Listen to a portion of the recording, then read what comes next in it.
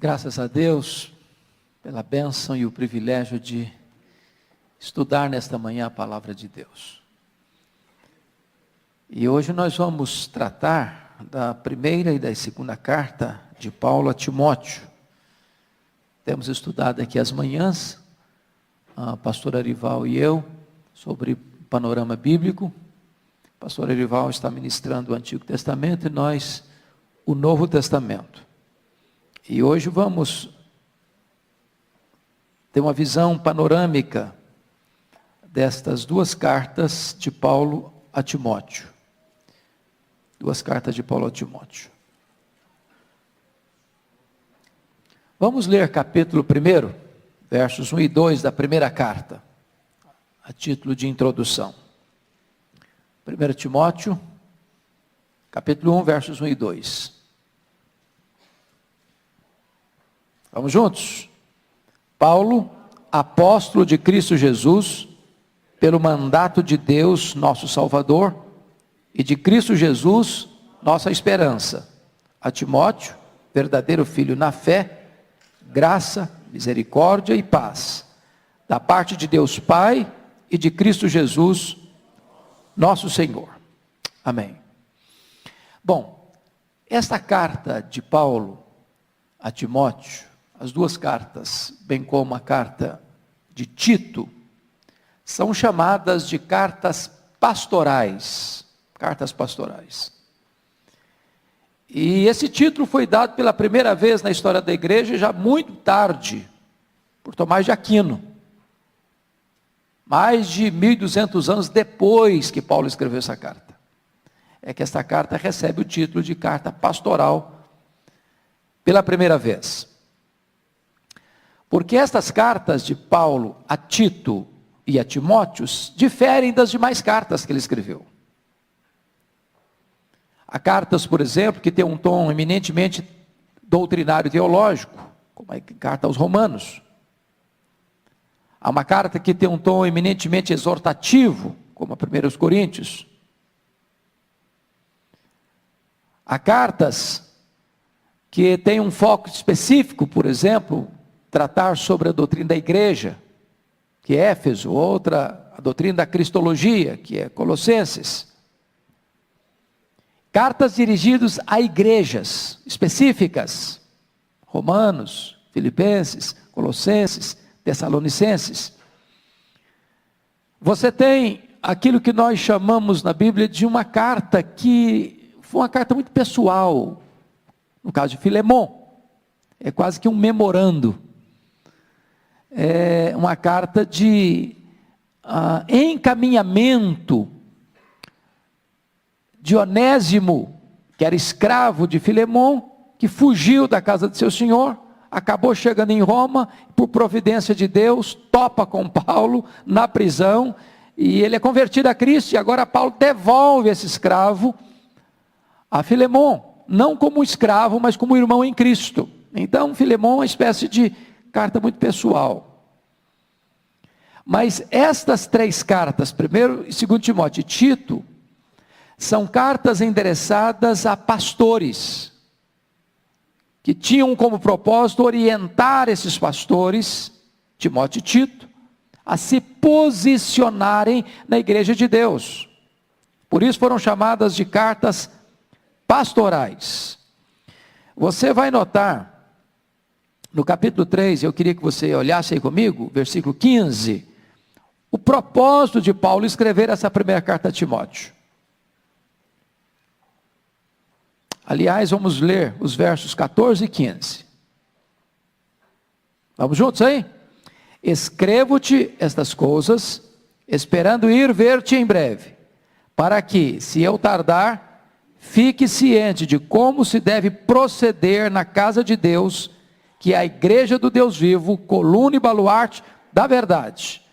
É um pastor experiente escrevendo para um pastor novo, imaturo ainda, novato ainda, que precisa ter orientação segura de como proceder na igreja de Deus, como lidar com as diversas situações, com os diversos problemas, com as diversas pessoas, com as diversas necessidades da igreja local. Então esse era o propósito eminentemente de Paulo escrever estas cartas pastorais. Bom, primeiramente vamos olhar o autor dessa carta. Para nós está absolutamente claro, por evidências internas e externas, de que quem remete essas cartas é o apóstolo Paulo. Não há dúvida sobre isso.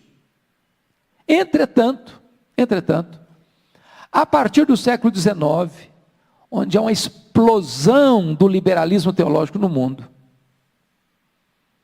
onde os teólogos liberais, numa espécie de nova leitura da Bíblia, começam a questionar tudo.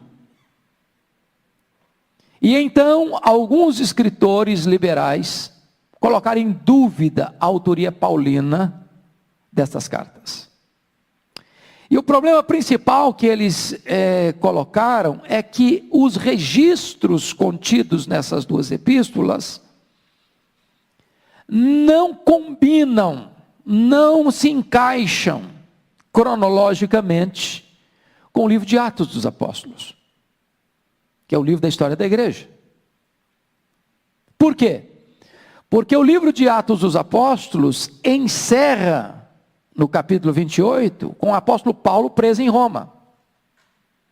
E na cabeça desses pensadores, o martírio de Paulo se deu nessa prisão, na primeira prisão.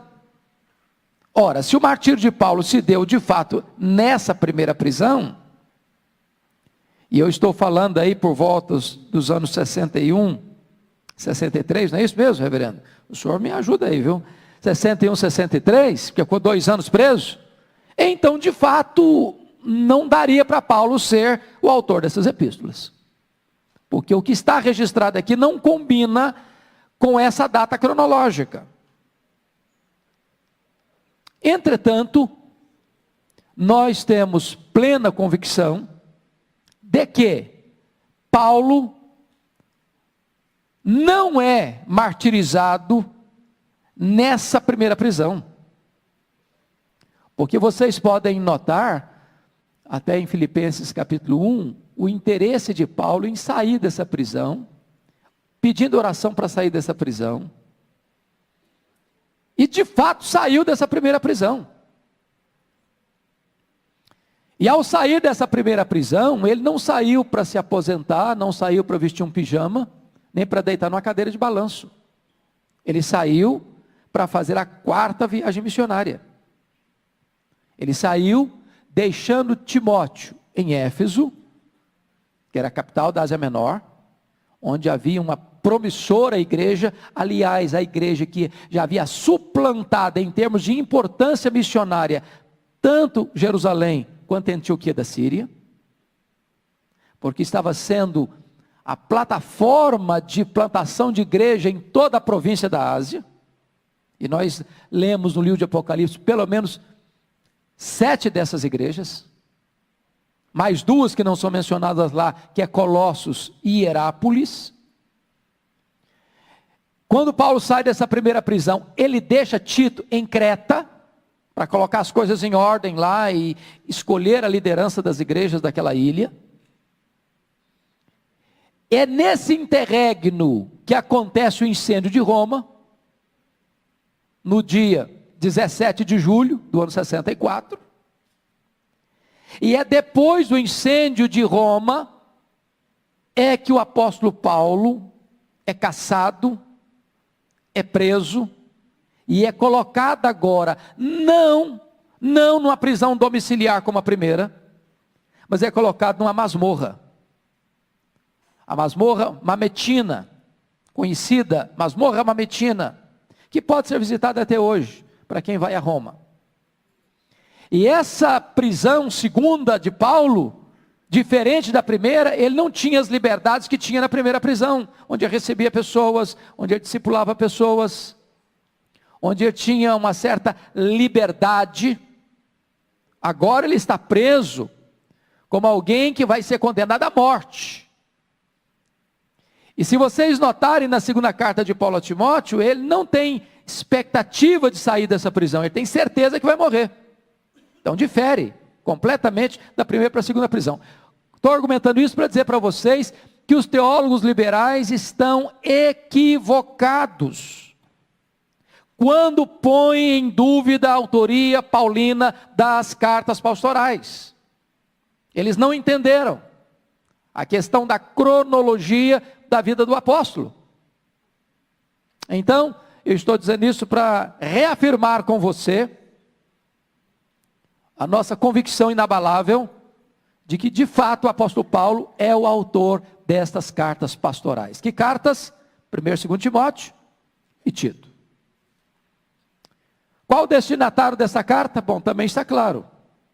Versículo 2. A Timóteo, verdadeiro filho na fé, graça, misericórdia e paz da parte de Deus Pai e do Senhor Jesus Cristo nosso Senhor. Nós temos um registro muito interessante sobre a biografia desse moço. Primeiro, ele era de que cidade? Quem se lembra? Onde ele nasceu? Onde ele nasceu? Cidade de? Só 10 de cada vez, senão eu fico confuso. Cidade de Listra. Listra ficava em que província do Império? Província da Galácia. Galácia do Sul. Onde Paulo foi, com Barnabé, realizar a primeira viagem missionária. Lembram disso? Antioquia da Pisídia, Icônio, Listra e Derbe. Certo? Ele era filho de quem?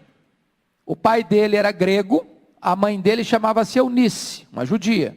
O pai possivelmente não era um homem convertido, a mãe convertida. E alguns dizem, então, é por isso que você vai começar a entender que a formação espiritual de Timóteo não passa pelo pai, mas passa pela mãe e pela avó. Eunice era mãe, Lloyd era avó. Na segunda carta a Timóteo, Paulo diz que havia uma fé sincera na sua mãe, na sua avó, que foi transmitida para ele. E eu acho isso maravilhoso. Nós estamos vendo 3 gerações aqui. A avó ensina a mãe ensina o filho. Olha aí que coisa maravilhosa. Essa conexão de passar o bastão do evangelho para os filhos e para os netos. Então, eu quero dizer com isso que Timóteo cresceu bebendo o leite da piedade. Timóteo cresce num lar, diríamos nós, piedoso. Entretanto, porque seu pai era grego, dá-nos muita pista para dizer que Timóteo não era um judeu como os demais, porque muito provavelmente ele não frequentou uma sinagoga. Por que sabemos disso? Porque Timóteo não tinha sido circuncidado ainda. Lembram disso? Ele não tinha sido circuncidado. Então é muito provável que a Bíblia não nos deixa claro isso, e onde a Bíblia não tem voz, nós não deveríamos ter ouvidos, que se Timóteo não tinha sido circuncidado, é porque talvez houvesse alguma resistência, até da parte de seu pai. Mas o lar, em havendo resistência, deve ser o quartel-general da educação cristã. Aliás, continua sendo até hoje. Muito embora a avó e a mãe passassem para Timóteo os valores da fé cristã, a conversão de Timóteo se dá com o apóstolo Paulo. Por quê? Porque Paulo o chama de verdadeiro filho na fé. Então foi quando Paulo passou por lá, na primeira viagem missionária, é que Timóteo escuta o evangelho, escuta o apóstolo Paulo, e ali ele tem uma experiência verdadeira, profunda, genuína de novo nascimento. Lição aprendida. Lição aprendida. O fato dos nossos filhos conhecerem a verdade, de terem até uma vida religiosa, entre aspas, piedosa, no sentido de não se renderem, se entregarem aos desvios de conduta, ou ao mundanismo, não significa necessariamente que eles já estão convertidos. Conversão não é apenas uma questão de educação religiosa. Conversão é uma obra sobrenatural do Espírito Santo. Ou seja, pode existir muita gente hoje que, né, pastor Orival, está redondinho na sua conduta religiosa e ainda não está convertido. Precisando nascer de novo. Timóteo, então, tem uma experiência de conversão já depois de jovem. E a partir daí, então, você nota que na segunda viagem missionária do apóstolo Paulo, a partir do capítulo 16 de Atos, Timóteo vai se tornar um companheiro do apóstolo Paulo nas suas viagens missionárias. Estando com ele em Filipos, estando com ele em Tessalônica, encontrando com ele em Atenas, ficando com ele em Corinto, 18 meses, indo com ele para Éfeso, indo com ele para Jerusalém, onde ele foi preso, ficando com ele na prisão em Roma, a primeira prisão. Tanto é fato que quando Paulo escreve suas cartas de Roma, da primeira prisão, com Filipenses, por exemplo, Timóteo é uma espécie de coautor da carta, porque ele está junto de Paulo, enviando a carta, de tal maneira que esse rapaz chamado Timóteo transforma-se numa das pessoas mais importantes do ministério do apóstolo Paulo, como cooperador, uma espécie de homem de confiança.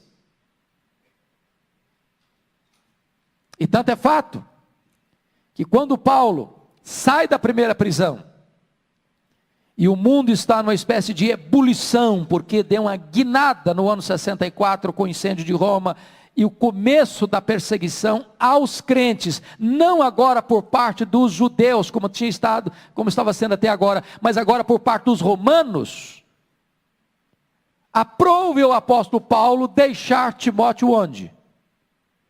Em Éfeso. E Éfeso era a cidade mais estratégica do cristianismo naquele momento.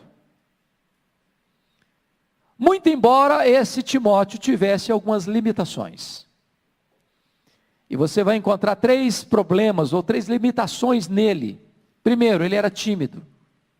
Paulo tem que constantemente dizer: meu filho, coragem, meu filho, não se envergonhe de mim no sofrimento, meu filho, pega firme, ninguém despreza a sua mocidade, pelo contrário, meu filho, torna de padrão aí, fica firme aí. Tímido. Deus chama a gente tímida, sabia? Tem uns caras arrojados igual Arival assim, que Deus chama de vez em quando, uns caras mais batuta, mas de vez em quando Deus chama uns caras tímidos também. Segunda coisa, ele era jovem. Eu não sei quão jovem ele era, eu não sei se o Arival já pesquisou isso, mas dizem que na cultura judaica, abaixo de 40 anos o cara é jovem. Não era? Pouco mais, talvez. Não é nenhum pecado ser jovem, viu, gente? Nós que estamos com a cabecinha branca, então queria ficar mais jovem um pouquinho, né, presbítero?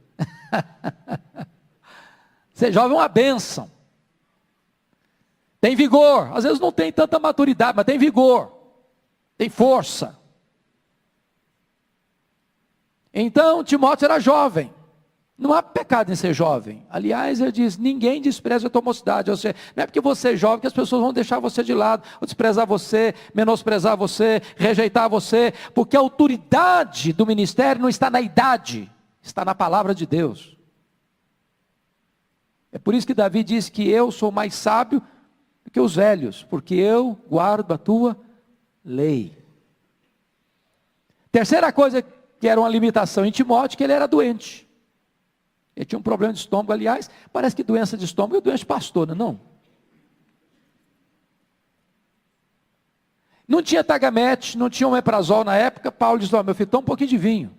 Agora mistura água lá, para você não ficar meio alterado. E é curioso que até hoje a ciência prova que um pouco de vinho faz bem para a saúde. Estou dizendo para você beber vinho não, demais não. Mas,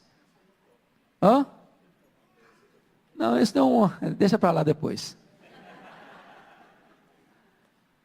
A questão básica é que Timóteo então tinha 3 limitações. Ele era tímido, ele era jovem e ele era doente. Mas o problema mais sério é o seguinte, irmãos, o grande líder do cristianismo está preso numa masmorra e sabe que vai morrer. E esse bastão precisa ser passado para Timóteo. Tá? Como é que é esse homem? Você quer dar uma olhadinha no caráter desse homem? Vamos dar uma olhadinha fora da carta, só para a gente entender um pouquinho, antes de entrar numa análise mais pontual das epístolas. Vai lá para Filipenses capítulo 2.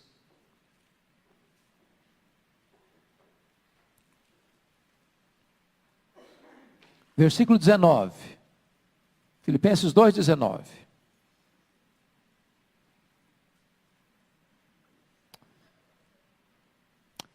Olha aí o verso 19. Espero, porém, no Senhor Jesus, mandar-vos Timóteo o mais breve possível, a fim de que eu me sinta animado também, tendo conhecimento da vossa situação. Você lê o 20 comigo? Porque a ninguém tenho de igual sentimento, que sinceramente cuido dos vossos interesses. Versículo 21. Pois todos eles buscam o que é seu próprio, e não o que é de Cristo Jesus. Versículo 22. E conheceis o seu caráter provado, pois serviu ao Evangelho junto comigo, como filho ou pai. Versículo 23.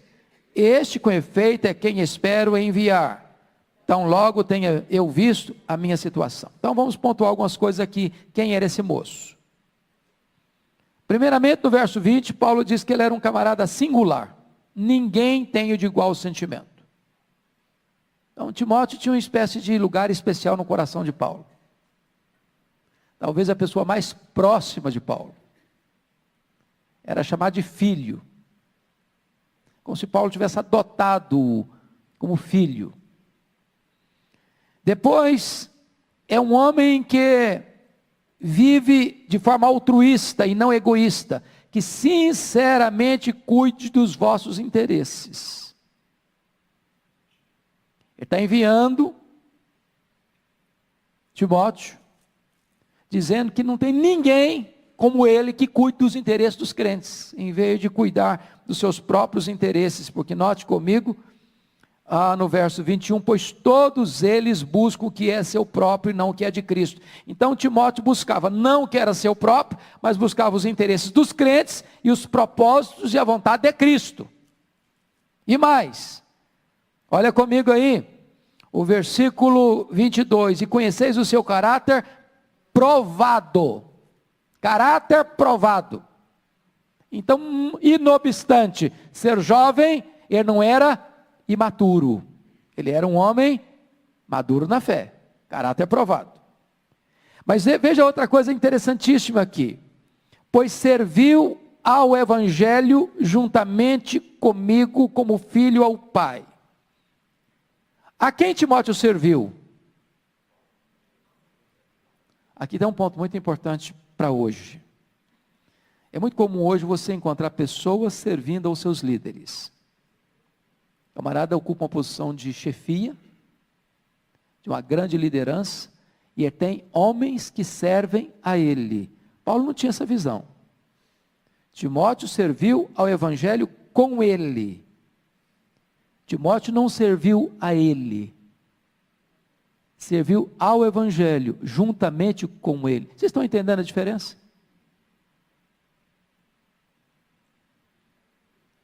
Agora, a relação pessoal era de filho para pai. Mas ele estava servindo ao Evangelho. Há toda a diferença, irmãos. O Evangelho mostra isso. Paulo não era uma espécie de grande líder, no sentido de que, olha, todos vocês me servem, eu vou viver assim meio bacana, e vocês me atendam. Paulo está na lida, Paulo está junto, Paulo está na trincheira. Paulo não é diferente.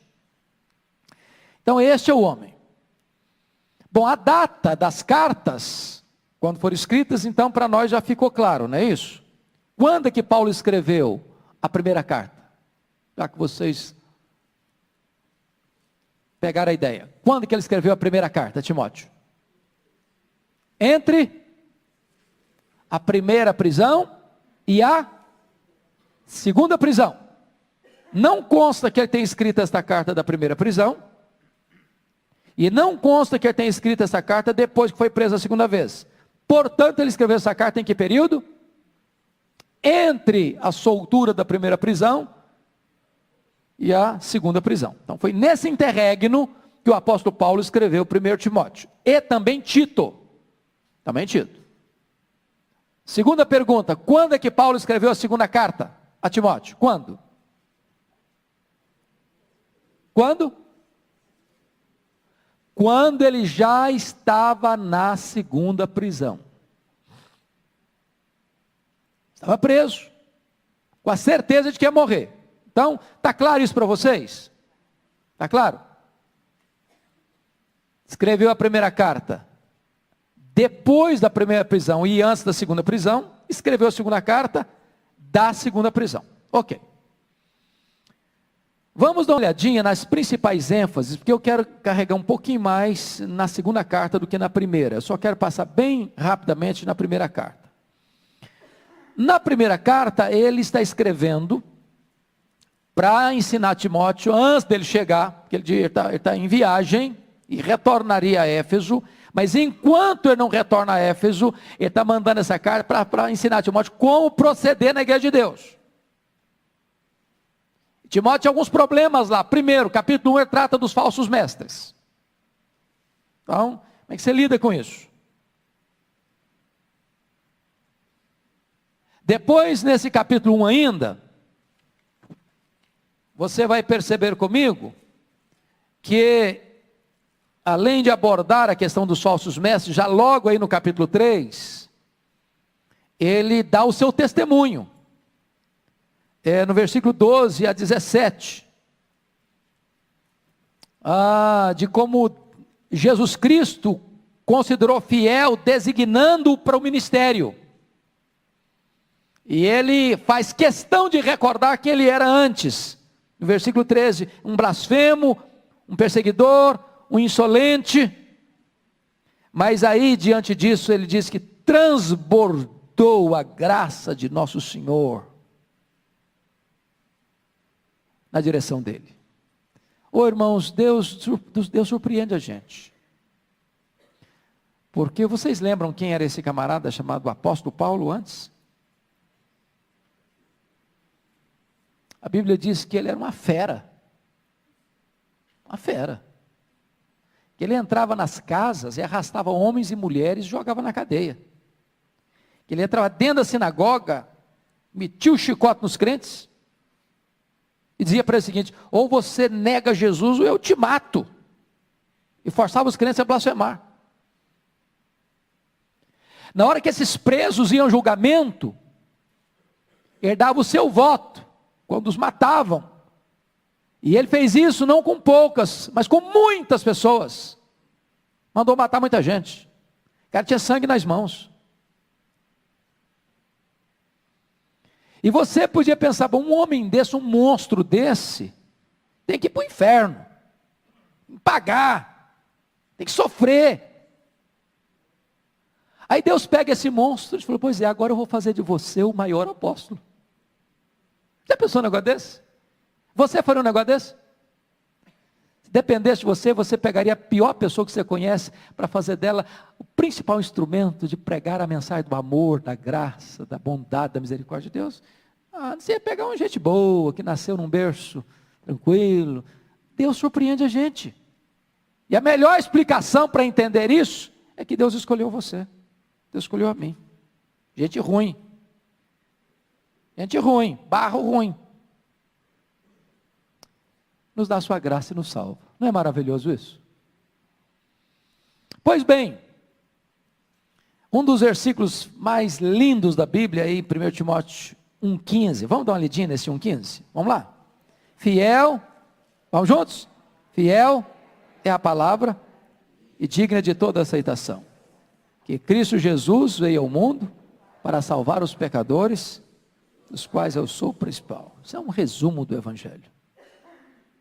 Pois bem, quando chega no capítulo 2, Paulo vai mostrar como é que Timóteo deve lidar com as autoridades constituídas. Vou brigar com elas? Vou xingá-las? Vou orar por elas. E não é fácil não, viu, irmãos? Tem hora que você fica com raiva, fica não?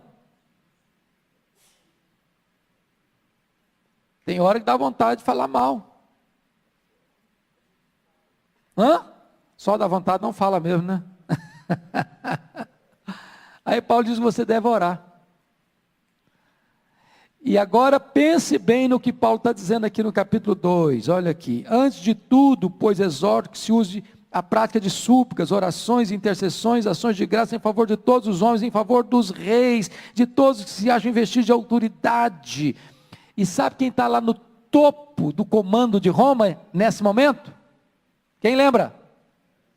Nero. Quem era Nero?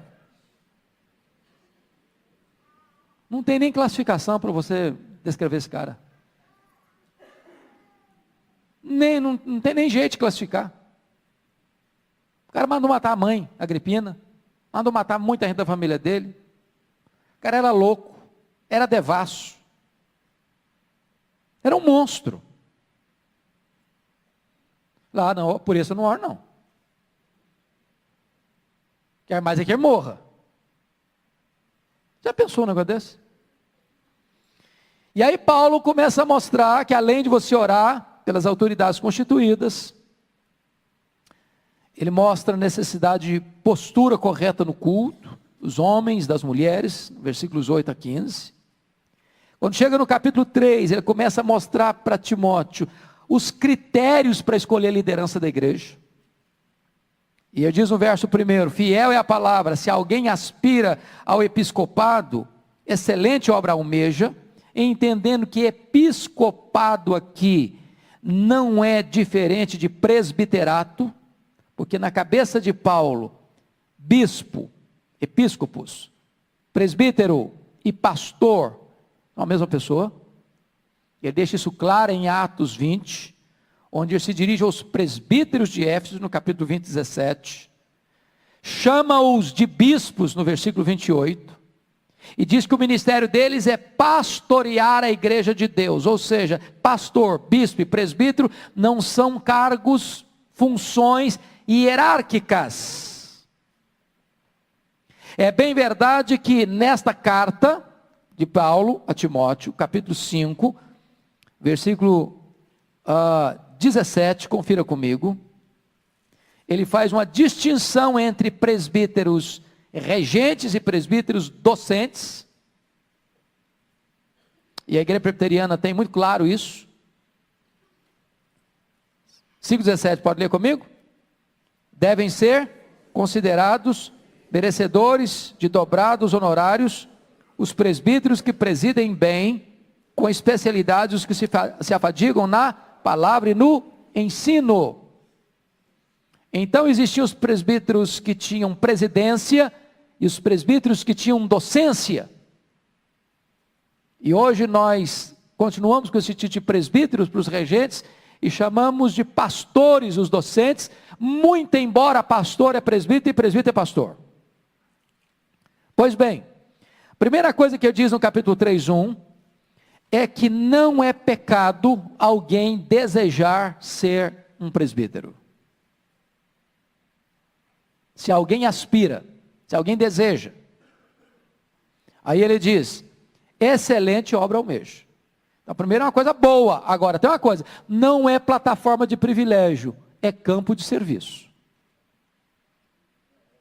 É a obra, né? Não é o cargo, é a obra. E a palavra obra aí, na língua grega, traz a ideia de ser aquela obra, a mesma de um cabo de enxada, que você sua camisa. Não é uma obrazinha qualquer tamanho, é trabalho, é esforço, é empenho, é dedicação, é esmero. Vai custar um preço. Aí, ele vai trabalhar depois disso, no versos 2 em diante, as qualificações. E eu chamo a sua atenção para o versículo 2. É necessário, não é uma questão assim, condicional. Não é apenas uma recomendação. É uma necessidade.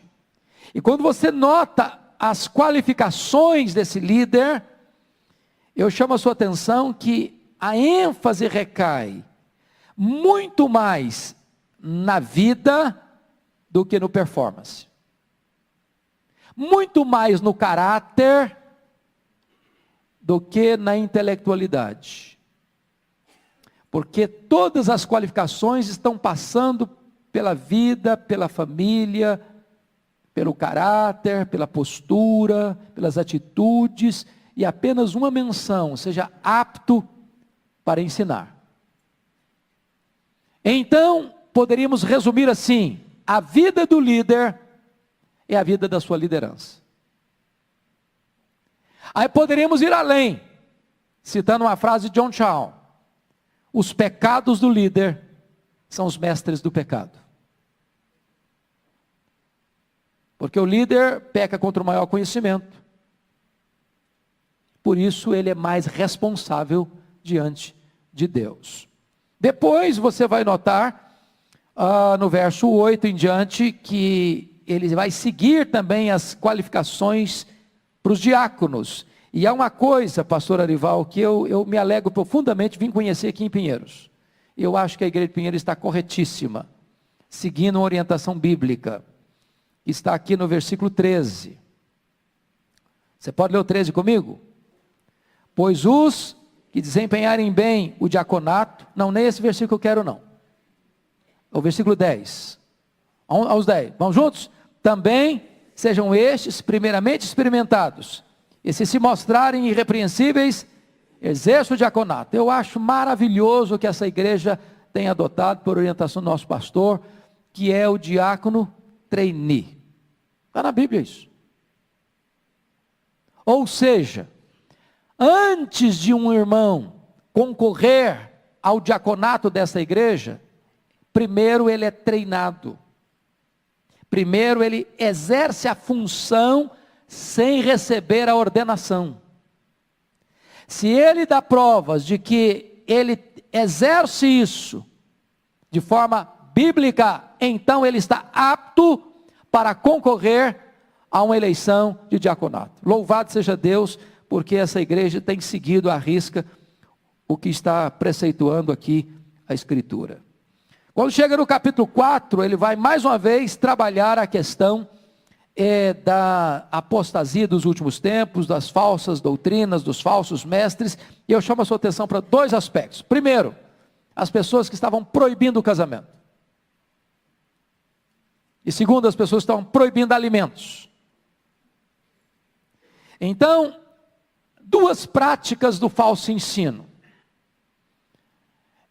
É proibir o que Deus dá como bênção. Casamento é ordenança de Deus. Então, proibir casamento é doutrina de demônio, porque o que é contrário a Deus vem do demônio. E alimento, nós temos hoje uma série de grupos religiosos no Brasil em que quer categorizar a espiritualidade por aquilo que você come ou deixa de comer. Isso é bobagem. Bobagem, porque o Jesus Cristo disse: o que contamina você não é o que entra pela boca, é o que sai da boca, que vem do coração. Hoje nós já escutamos isso aqui. O problema do homem não está na estrutura política, econômica só não. O problema do homem parte de quê? É do coração. O pastor Orival explicou isso para nós hoje. Então tudo aquilo que é recebido com ações de graças, coma. Coma, então não é porque, não, eu não como carne porque carne é pecado, eu não como isso porque isso aqui é pecado, eu não como aquilo porque aquilo é pecado. O problema não é esse. Você pode ser vegetariano, você pode ser carnívoro, você pode comer o que você gosta e o que faz bem para o seu corpo também. Se o médico fala que você não deve comer, então de vez em quando você corta lá o pudim, né? E agora eu estou cortando o pudim, viu? Para não comer inteiro, né? Não comer inteiro. Muito bem, quando chega no capítulo capítulo 5, ele vai tratar aí como é que um pastor deve agir, sobretudo pastor jovem, né? Ele diz o seguinte: você, quando for repreender um homem idoso, exorta como seu pai. Está vendo? Que coisa chique. Nós batemos continência para o senhor. Entendeu? Quando for exortar um moço, conversa com ele como se fosse seu irmão. Então, se você for conversar com o mais novo, trate-o como fosse um filho. E eu acho isso maravilhoso, irmãos. Maravilhoso, porque na igreja de Deus nós somos uma família. Às vezes nós podemos errar, não no conteúdo, mas errar na forma. Não é isso? Você pode lidar com o irmão tratando a coisa certa, mas se a maneira foi errada, você estraga tudo também. Estraga tudo. E Paulo está orientando esse jovem pastor como se posicionar. Logo em seguida ele trata num aspecto longo aí das viúvas. Naquela época, quem ficava na viuvez, sobretudo a mulher, ficava fadado a uma situação de muita dificuldade financeira. E aí Paulo orienta que tipo de viúva que a igreja deve assistir. E aí Paulo começa a dizer que a família não deve transferir a responsabilidade para a igreja de assistência às viúvas, se essa família tem condições de cuidar dessa viúva. Ou seja, não passe para a igreja aquilo que a família pode fazer. E eu acho maravilhoso que é nesse contexto aqui de assistir as pessoas necessitadas da família, que Paulo dá um dos mais importantes princípios do 5:8. Você pode ler o 5:8 comigo? Vamos juntos? Ora, se alguém não tem cuidado dos seus, especialmente dos da própria casa, tem negado a fé, e é pior do que o descrente. Então, deixa eu fazer uma perguntinha aqui. Quem tem pai e mãe vivos ainda? Levanta a mão. Glória a Jesus. Fazer outra perguntinha. Seu pai e sua mãe têm situação financeira pior do que você? Agora não precisa levantar a mão, não. Se tem, faça-me o favor de ajudar seu pai e sua mãe. Não deixe os velhinhos passar necessidade.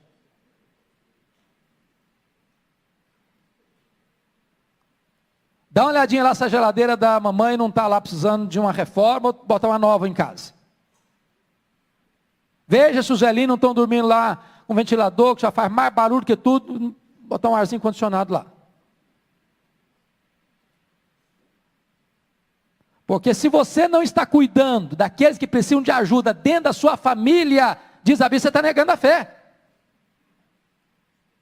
Você tem que ajudar a todos, mas primeiro a sua família, depois os domésticos da fé, depois as demais pessoas, até os inimigos. Mas comece por um grau de prioridade. Primeiro a família, depois os domésticos da fé, depois as demais pessoas. Eu escutei a pastora Arivaldi, um presbítero lá em Vitória, que eu gostava muito da fala dele. Ele disse o seguinte, agora mudando um pouco a casaca. Por exemplo, ele diz, ajudar filho, no sentido de, eu estou juntando uma herança boa para deixar para os meus filhos. Isso aí não é vantagem nenhuma, isso é lei. Isso é lei.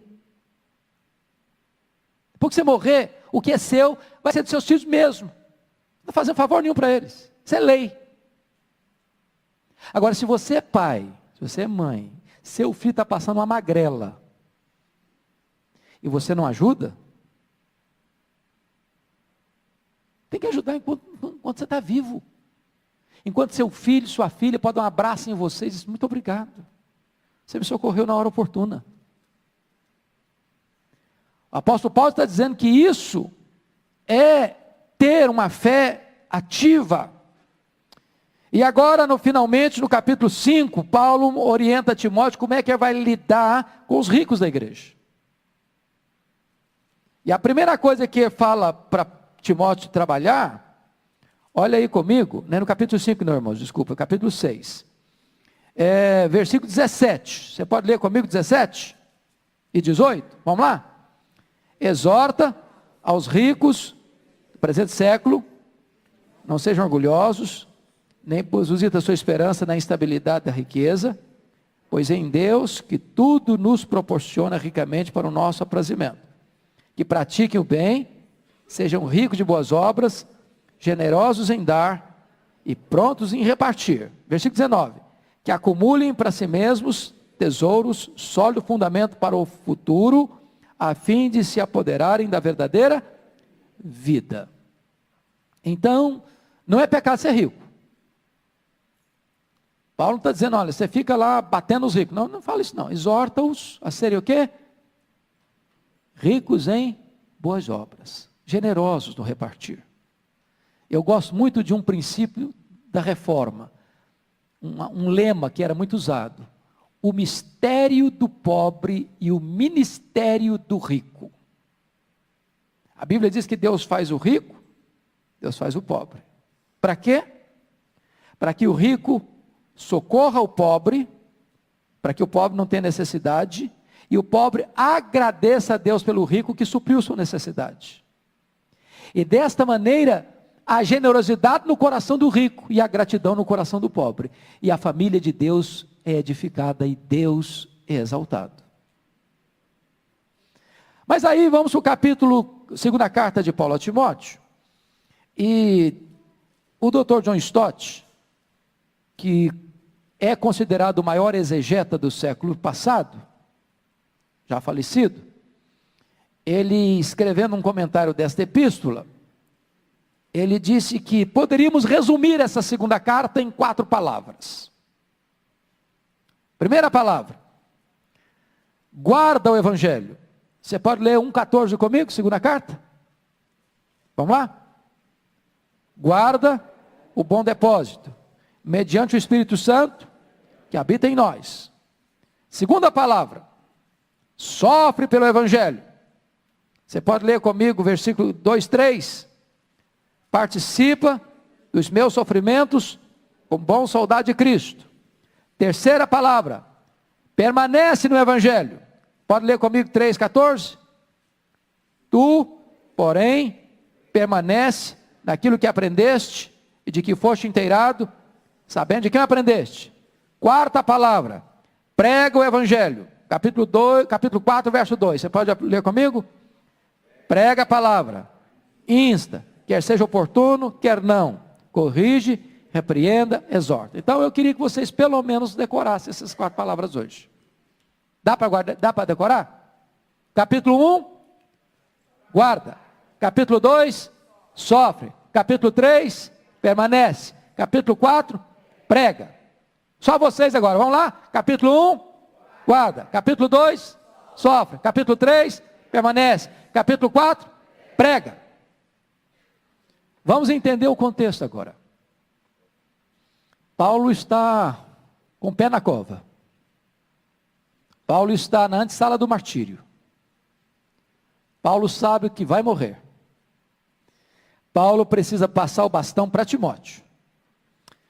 E agora ele sabe dos problemas. E eu quero levantar os problemas aqui na carta. Por favor, olhe comigo. Primeiro problema que está acontecendo aqui. Capítulo 1, versículo 8. Você pode ler comigo?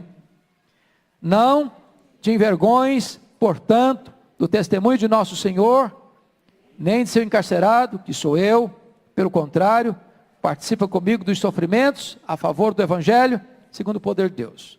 Se ele está dizendo isso para Timóteo, não te envergonhes, o que você acha que Timóteo está tendo agora? Vergonha. A segunda prisão de Paulo é totalmente diferente da segunda prisão. Por quê, irmãos? Por quê? Quem estava por trás da primeira prisão de Paulo? Quem? Os judeus. Era uma perseguição o quê? Religiosa. Quem está por trás da segunda prisão de Paulo? Os romanos. O próprio imperador. A máquina política. Portanto, qualquer ligação com Paulo, afinidade com Paulo, representa o que para essa pessoa? perigo, ameaça, prisão, morte, martírio. Olha o problema aí. Veja comigo agora, por favor, qual estava sendo a reação na Ásia. Éfeso ficava onde mesmo? Onde ficava Éfeso? Na Ásia, capital da Ásia. Olha aí o que estava acontecendo na Ásia. Versículo 15, 1,15. Vamos juntos? Estais ciente de que todos os da Ásia me abandonaram. Dentre eles, Figelo e Hermógenes. Quantos da Ásia que tinham abandonado Paulo? O negócio não era brincadeira, não. Deixaram o pastor Orival sozinho. Entenderam o negócio? E ele está mandando Timóteo para o meu filho, não se envergonhe não. O pessoal está debandando, o pessoal está indo embora. O pessoal não tem coragem de se associar comigo não. Mas fica firme aí, meu filho, não se envergonha não. Estão entendendo a gravidade do momento? Mas tem mais, tem mais. Olha aí comigo, por gentileza, no capítulo 2, versículo 9. Pode ler comigo aí? Pelo qual estou sofrendo até algemas como malfeitor. Contudo, a palavra de Deus não está algemada. Agora chama a sua atenção para esse ponto. Estou sofrendo até algemas como o quê? Malfeitor. O que é malfeitor? Bandido, não? Bandido. Bandido. Mas malfeitor de quê? Que tipo de acusação está pesando sobre Paulo nesse momento?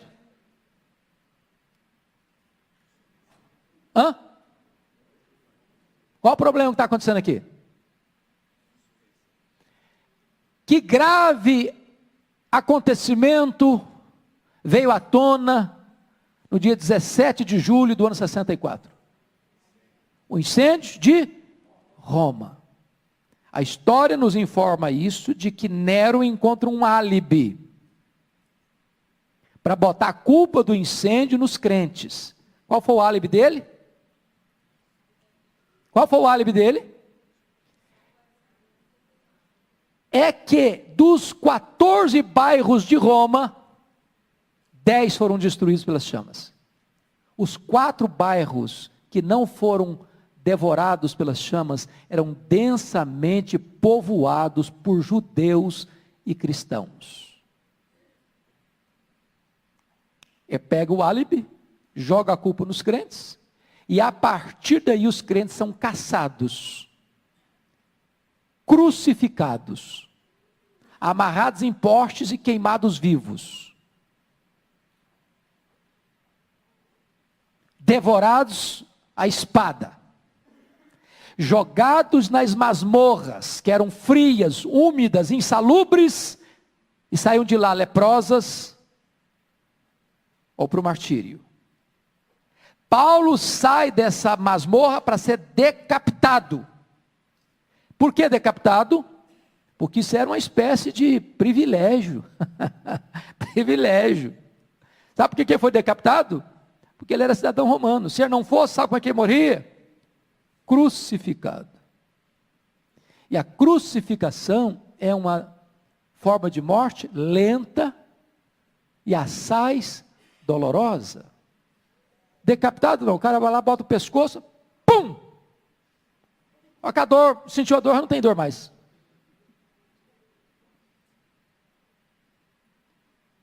Então notem vocês, no versículo 2:9, pelo qual estou sofrendo até algemas como malfeitor. O apóstolo dos gentios agora é um bandido, no conceito de Roma. E quem se une a ele, sofre o perigo de ser acusado da mesma coisa, e sofrer o mesmo destino, ser preso e condenado à morte. Esse é o contexto, irmãos, de debandada geral dos crentes, de introdução de falsos mestres, de perseguição iminente. Em outras palavras, o cristianismo, a doutrina, a igreja cristã estava correndo gravíssimo risco de sobrevivência. É por isso que Paulo começa dizendo o seguinte: meu filho, faz o quê primeiro? Guarda o evangelho. Porque em tempo de perseguição, meu irmão, o risco de alguém fugir, de apostatar, não, eu queria o evangelho assim, de prosperidade, né? De saúde, de milagre, eu quero o evangelho que me ajude, esse negócio de sofrer pelo eu estou fora. Estou fora. Guarda o evangelho. Guardar o evangelho significa o seguinte: você não pode comprometer o conteúdo do evangelho. Você não pode guardar só o que interessa do evangelho. Você não pode guardar só o que traz benefício para você no evangelho. Você guarda o evangelho todo, intacto, sendo fiel a ele, não acrescentando nada, não tirando nada. Guarda o evangelho. Guarda o evangelho. Mas a segunda coisa, irmãos, que é diferente, capítulo 2, é sofre pelo evangelho. E tem gente que até guarda, mas a hora que tiver que sofrer, não, eu não guardo também não.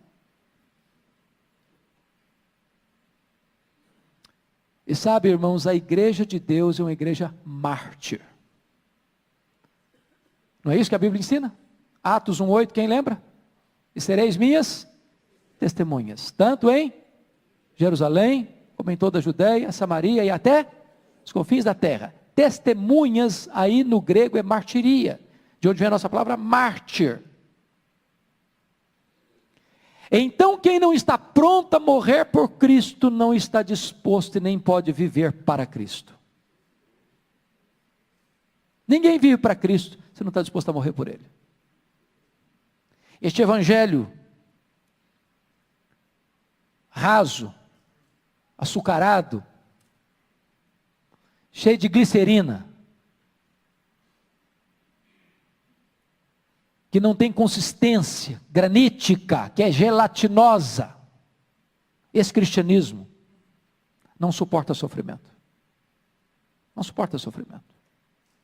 É por isso que está escrito em Apocalipse capítulo 13, que quando surgiu o anticristo, todas as nações da terra vão servir o anticristo, vão adorar o anticristo, vão receber a marca do anticristo, exceto aqueles que têm o selo de Deus. Ou seja, quando a perseguição vem, meus irmãos, ela não destrói a igreja, ela depura a igreja. Sabem por quê? Porque quem é crente apenas de rótulo, gelatinoso, nominal, esse vai fazer o que os crentes já fizeram, fugiram. Mas quem é verdadeiramente convertido, sofre pelo evangelho, morre pelo evangelho, e não apostata do evangelho. Terceiro verbo é permanece. Porque agora aí entra toda a sedução dos falsos mestres. Um evangelho mais light, uma cruz menos pesada, um evangelho mais humanista, entendeu? É triste, irmãos. Eu não sei se vocês já ouviram Joel Osteen, nos Estados Unidos, lá em Houston, no Texas. É um dos templos mais amplos, mais belos, uma das igrejas que mais cresce na América, e um dos pregadores mais agradáveis de ouvir, eu tenho que admitir isso. O cara é um showman. Mas ele diz no púlpito da igreja dele, aqui na nossa igreja não se prega sobre o pecado. O pastor Arival não seria convidado para pregar lá, esse sermão que pregou de manhã. Não, pecado não, o povo já está muito machucado, o que é isso? O cara já está amarrotado da vida, inflação, 12 milhões de desempregados, um governo complicado, uma situação complicada, agora o cara já vem meio machucado para a igreja, você ainda vai pregar sobre pecado para ele, o que é isso aí? Também demais. Vamos pregar o evangelho mais light. Vamos dar um upgrade no camarada. Não, você é o cara. Você é bom. Dá uma B12 na VD para passar uma semana boa. E aí aquele evangelho de autoajuda, aquele evangelho assim, só de coisa boa. Não tem, você nunca fala de problema, só coisa boa, só coisa boa. Aí o cara sai todo cheio de si, todo vazio de Deus. Aí Paulo diz assim, permanece, meu filho. O que você aprendeu? Muda não. Muda a casaca não. Ah, mas pastor, a igreja da esquina aqui, ó, começou ano passado, já tem 1000 membros. Nós estamos aqui relando, suando a camisa.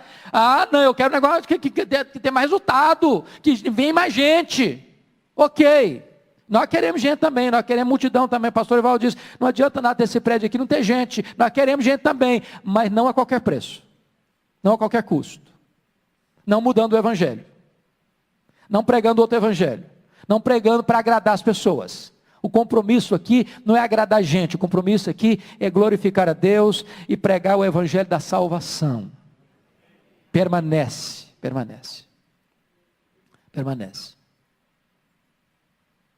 Agora, a última palavra de Paulo a Timóteo, capítulo 4, verso 2, é prega a palavra. E aqui, irmãos, eu acho que nós presbiterianos, eu não estou falando da igreja de Pinheiros não, graças a Deus. Mas nós, de uma forma geral, tem hora que eu fico pensando que nós até cumprimos assim, o primeiro, guarda o evangelho. Tem gente que guarda tão bem guardado o evangelho, que guarda assim as 7 chaves, entendeu? É meu e ninguém tasca. É meu e ninguém tasca, é para mim. Entendeu? Tem gente guardando demais o evangelho. O cara mora do lado do cara, assim, ninguém sabe que ele é crente. O cara trabalha 20 anos na repartição pública, ninguém sabe que ele é crente. O cara trabalha na empresa lá, ninguém sabe que ele é crente. O cara pega o mesmo táxi todo mês, ninguém sabe que ele é crente. O que é isso? Prega o evangelho, prega a palavra. Prega a palavra. Prega a palavra. Bom, depois disso, irmãos, essa carta encerra, fecha, com o testemunho do apóstolo Paulo, no final da sua vida. E para mim é um dos textos mais emocionantes da Bíblia. É o capítulo 4, 6 a 18. Porque ele vai fazer um balanço. No versículo 7 vai tratar do passado dele. Combati o bom combate, completei a carreira, guardei a fé. No versículo 6 ele vai fazer uma análise do seu presente. Quanto a mim, já estou sendo oferecido por libação, e o tempo da minha partida é chegado. Estou indo para a espada, estou indo para morrer. Mas não é Roma que vai me matar, é eu que vou me entregar. Eu não vou me entregar para Roma, eu vou me entregar para Deus. Eu não sou prisioneiro de César, eu sou prisioneiro de Cristo, embaixador em cadeias. No verso 8, ele vai fazer uma análise do seu futuro. Já agora a coroa da justiça me está guardada, a qual o Senhor reto juízo me dará naquele dia. Em outras palavras, eu não estou indo para o cadafalso, eu estou indo para receber a coroa da justiça. E no versos 9 a 18, ele vai mostrar para nós os dramas que ele está vivendo naquela prisão. Primeiro drama, o drama da solidão, versículo 9, procura vir ter comigo depressa. Versículo 21, diz, apressa-te vir antes do inverno. E eu fico assim olhando, meu Deus, se o apóstolo Paulo fosse avaliado hoje pelas lentes da teologia, da prosperidade, ele seria um fracasso. O cara está pobre, o cara está velho, o cara está cheio de cicatrizes, o cara está vivendo uma terrível solidão dentro de uma masmorra. Segundo lugar, eu compartilho o problema do abandono, no versículo 10, porque Demas, tendo amado o presente século, me abandonou. Não é fácil ser abandonado, sobretudo no final da vida, sobretudo na velhice, sobretudo numa prisão, sobretudo por aqueles a quem se dedicou amor. Terceiro lugar, ele vai partilhar conosco o drama da traição. Versículo 14 diz que Alexandre o Latueiro causou muitos males. Foi esse cara que possivelmente delatou o apóstolo Paulo, culminando na sua segunda prisão e consequente martírio. Quarto lugar, ele vai descrever para nós o drama das privações, no versículo 13. E eu fico impressionado, irmãos, que depois de relatar a sua privação emocional, de solidão e de abandono, ele relata duas privações aqui. A privação intelectual, ele está privado dos seus livros, dos seus pergaminhos.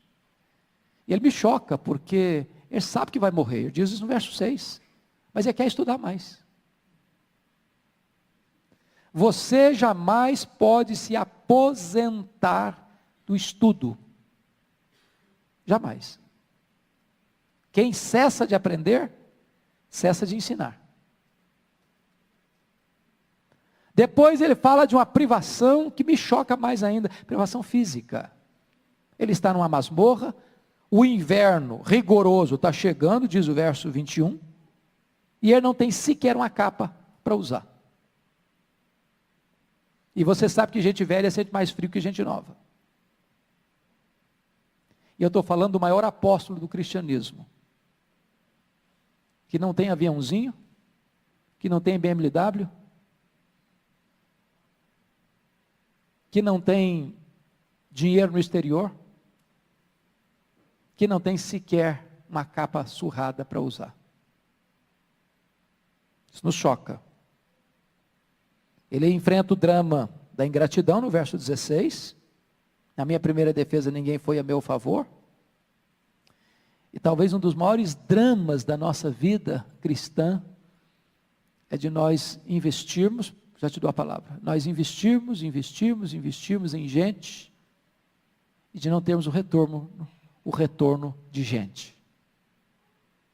Paulo investiu a vida toda depois da sua conversão, encerra as cortinas da sua vida, colhendo uma grande ingratidão de pessoas. Você e depois você, lá atrás.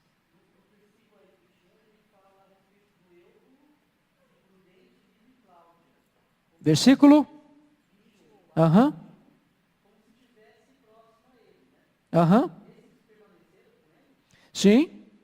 Sim, mesmo fazem, apresse vezes o inverno, Eubulo te envia saudações, o mesmo fazem Prudente, Lino, Cláudio e irmãos todos. E aí a sensação que você tem é que esses irmãos estão presos, porque a perseguição era generalizada. Está escrevendo de dentro de uma masmorra.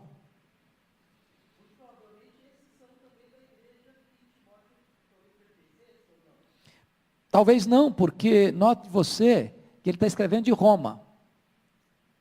E Éfeso ficava numa província muito longínqua de Roma. Muito provavelmente esses irmãos eram irmãos mais próximos ali de Roma. A Bíblia silencia, eu não posso afirmar. Como disse, onde a Bíblia não tem voz, eu não devo ter ouvidos. A irmã pediu, cadê? Foi você que pediu a palavra? Não. Ok. Então, fechando. O que me deixa, assim, extremamente feliz com essa carta, é o que Paulo escreveu nos versos 17 e 18. Apesar de fechar as cortinas da vida com determinadas decepções de não correspondência de amor, ele diz algo maravilhoso no verso 17 e 18. Você pode ficar de pé e ler comigo 17 e 18 para a gente encerrar? Vamos juntos? Mas o Senhor me assistiu, me revestiu de forças, para que, por meu intermédio, a pregação fosse plenamente cumprida, e todos os gentios a ouvissem. E fui libertado da boca do leão. O Senhor me livrará também de toda obra maligna, e me levará salvo para o seu reino celestial. A Ele glória pelos séculos dos séculos. Amém. O que esse texto está querendo me dizer, eu acho que você concorda com esse viés, com essa interpretação, é que a recompensa não é recebida aqui. Nós ainda não chegamos em casa. O galardão vai ser recebido quando nós chegarmos em casa. Quando o nosso grande Deus e Salvador Jesus Cristo olhar dentro dos nossos olhos e nos falar: vinde, benditos de meu Pai. Entre na posse do reino, que você está preparada desde a fundação do mundo. Entra no gozo do teu Senhor.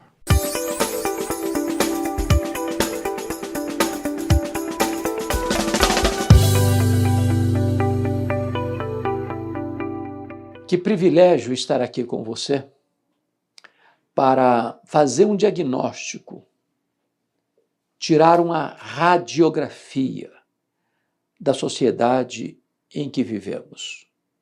Eu não sei se você tem a mesma leitura ou faz a mesma leitura que eu estou fazendo, mas vivemos dias difíceis, tormentosos, ameaçadores. Talvez vivemos hoje uma das mais medonhas crises na sociedade brasileira. Estamos hoje intimidados, acuados, com medo de abrir a boca, de expressar nossas ideias, nossas opiniões. Sentimos-nos vigiados. Estamos amedrontados com tudo o que ocorre em nossa nação. Mas isso não é novo. Isso vem lá de séculos e séculos.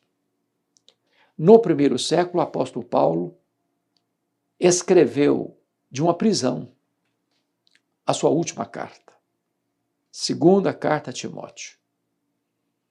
A cidade de Roma tinha sido incendiada.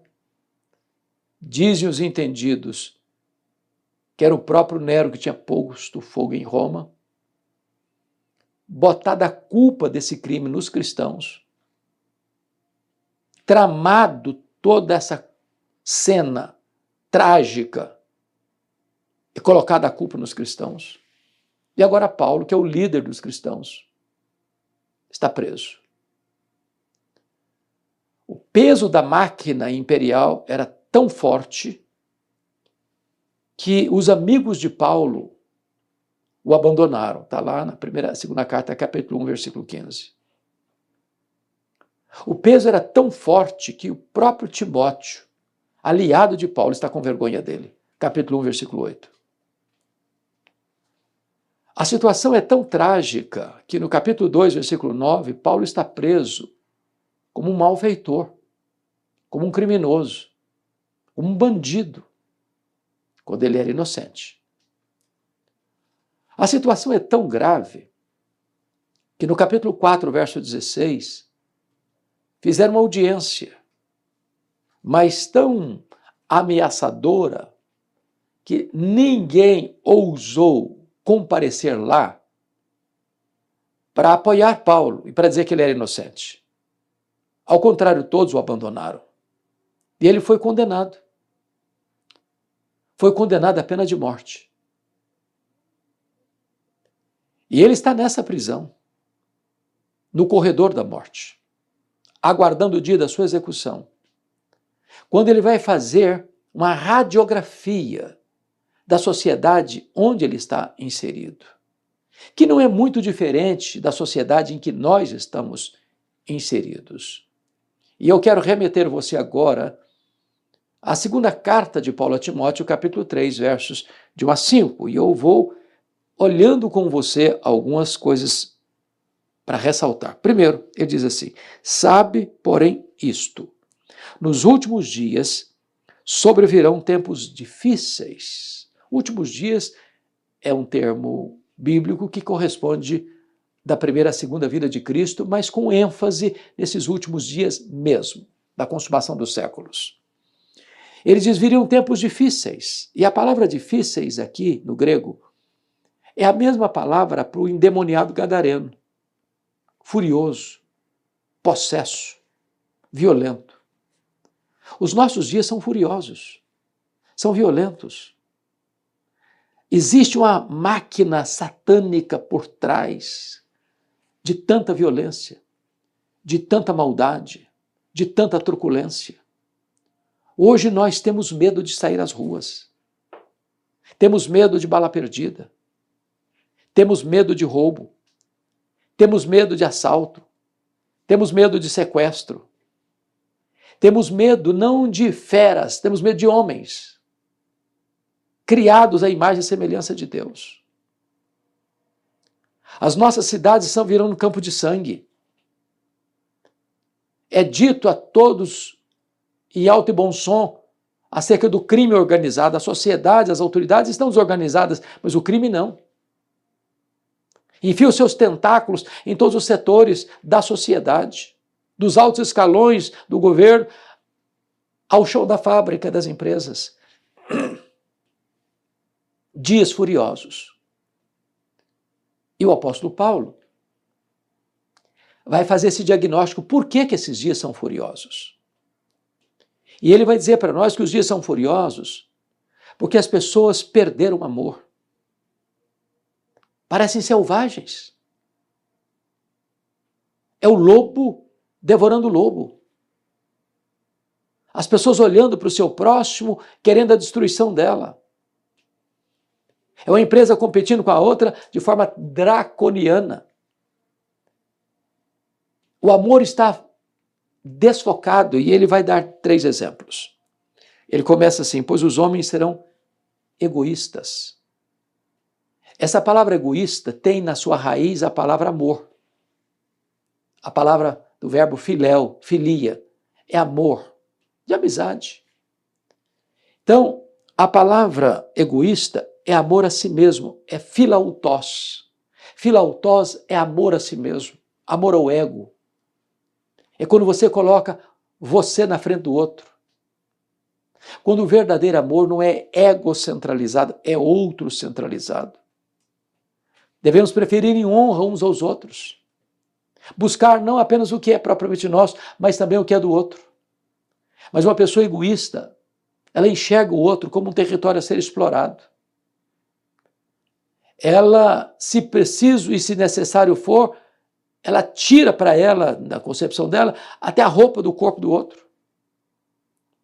É capaz de matar uma pessoa por causa de um telefone celular velho ou de um par de tênis velhos. A vida humana perdeu o significado, a riqueza, a beleza, porque vivemos numa sociedade egoísta. As pessoas só pensam nelas mesmas, no bem-estar delas, no prazer delas, nos bens delas. Elas querem mais. Se preciso for tomar do outro para ter mais. Egoísmo. Mas Paulo, no diagnóstico, avança e diz assim, os homens serão também avarentos. Essa palavra avarento tem também como raiz a palavra amor. É a palavra filarguros. Argos é prata. Filarguros, literalmente, significa amantes da prata, que é um termo que diz amantes do dinheiro, amantes da riqueza, amante de coisas materiais. Você há de convir comigo que nós vivemos numa sociedade materialista. Por amor ao dinheiro, as pessoas casam e descasam. Por amor ao dinheiro, as pessoas corrompem e são corrompidas. Por amor ao dinheiro, as pessoas matam e morrem. Por amor ao dinheiro, muitas pessoas vendem a alma para o diabo.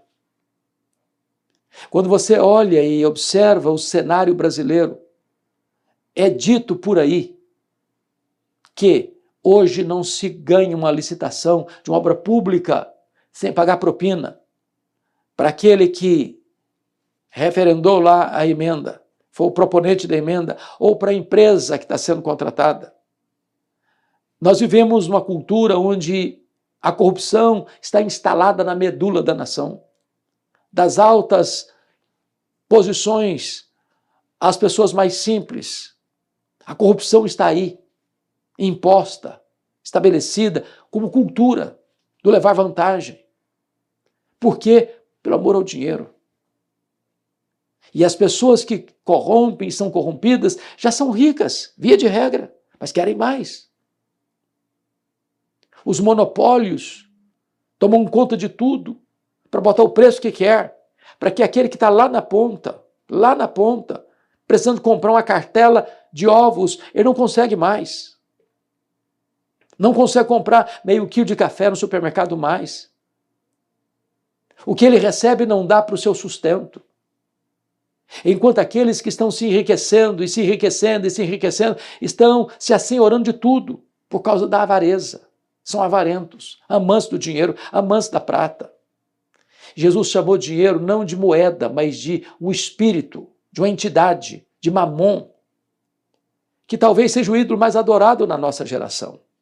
A sociedade está nessa situação caótica por causa de que os homens são egoístas e são avarentos, amantes de si mesmos e amantes da prata.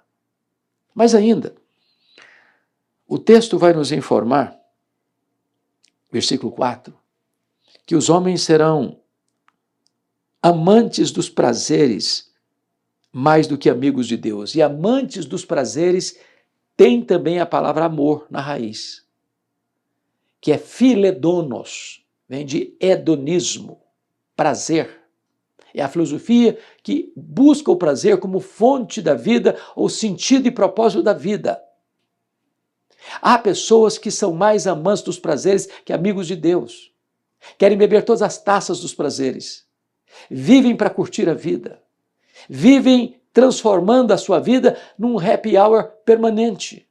Bebida, drogas, sexo, farras. E elas querem viver nesse mundo idílico do prazer carnal. E é por isso que a sociedade está o caos que está, porque o amor está mal direcionado. Quando a Bíblia nos ensina que devemos amar a Deus sobre todas as coisas, amar a Deus com toda a nossa força, com toda a nossa inteligência, com toda a nossa alma e amar o nosso próximo como a nós mesmos, a sociedade tem esquecido-se de Deus, amado as coisas e usado as pessoas. E aí Paulo vai trazer uma listagem do que acompanha esses 3 níveis de amor distorcido. E ele prossegue e diz: os homens serão jactanciosos, cheios de si mesmos. Os homens serão arrogantes, soberbos, altivos. Os homens serão blasfemadores, a boca deles é um poço de perdição, falando contra Deus e contra o próximo. Os homens serão desobedientes aos pais, a família está sendo minada. Estão tentando destruir os valores da família, a relação de pais e filhos, de filhos e pais, de marido e mulher e marido, a relação de irmãos.